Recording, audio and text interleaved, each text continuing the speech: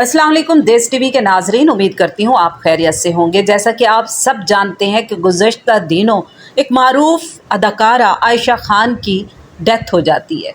Pakistan television की दरख्शां तारीख का एक बाब खामोशी से बंद हो गया। जी, आयशा खान को कौन नहीं जानता। बहुत सारे ड्रामों में उन्होंने अपनी अदाकारी के जौहर दिखाए। आयशा खान वो चेहरा जिसने क्लासिक ड्रामों में जान डाल दी, वो आवाज़ जो हज़ारों दिलों को छू गई। अब हम में नहीं रही, लेकिन जिस तरह वो दुनिया से रुखसत हुई वो हर इंसान को हिला देने के लिए काफ़ी है। कराची के एक फ्लैट से जब उनकी लाश एक हफ्ते बाद मिली तो कोई चीख सुनाई नहीं दी, कोई मातम ना हुआ, बस एक सन्नाटा, एक वीरानी। वो लाश जो गलने सड़ने लगी थी। उनका सफ़र ज़िंदगी तनाही में था और उनका आखिरी वक्त भी तनाही में गुजरा। मारूफ सहाफ़ी सारा हुसैन के कलम से निकले अल्फाज ने इस सानहे को एक और जाविया दे दिया। उनकी ये तहरीर उस वक्त सोशल मीडिया पर वायरल हुई, जिसे व्लॉगर फरहा इकरार ने अपने जज्बाती व्लॉग में भी बयान किया है। सारा के मुताबिक आयशा आपा अब आज़ाद हो गई हैं, क्योंकि वो बरसों से जीने की बजाय सिर्फ जिंदा थी। 10 बरस कबल अपनी जायदाद बच्चों में बांटने के बाद वो बच्चे माँ को ज़िंदगी के सफ़र में तन्हा छोड़ गए।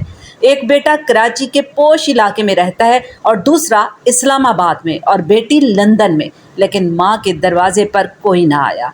एक बार वो अपने पुराने दोस्त अदाकार तलत हुसैन के घर तारिक रोड पर गई। आंखों में आंसू, दिल में दर्द लिए बस इतना कहा, बच्चे कहते हैं बाद में बात करेंगे, लेकिन फिर कभी फ़ोन नहीं आता। फिर एक दिन वो खामोश हो गई, बग़ैर किसी को बताए, बग़ैर किसी को अलविदा कहे। कहती भी तो किसको, सगी औलाद भी उसके करीब ना रही। सब ने जायदादें बांटी, ज़िंदगी बनाई और माँ को तन्हा छोड़ दिया। जब उनकी लाश मिली तो पोस्टमार्टम की बात आई, मगर उनके बेटों ने इनकार कर दिया। कहने लगे ये फितरी मौत है, अब बस दफना देना चाहिए। और यूं ईदी सर्दखाने से उनकी खामोशी से मैयत को सखी हसन कब्रिस्तान ले जाया गया, जहां सिर्फ गिनती के चंद लोग थे।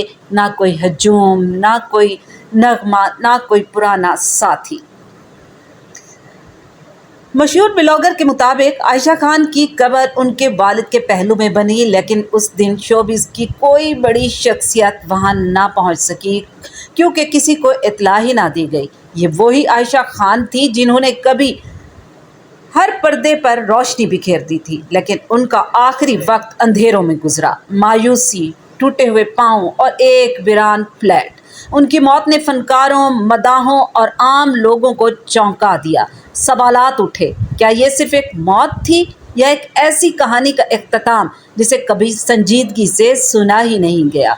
आयशा खान की ज़िंदगी हम सब के लिए आईना है, एक याद दहानी कि शोहरत और मोहब्बत हमेशा साथ नहीं देते, और कभी कभी सबसे ऊंचे मकाम पर पहुंचने वाले भी सबसे गहरी तनाही में गुम हो जाते हैं।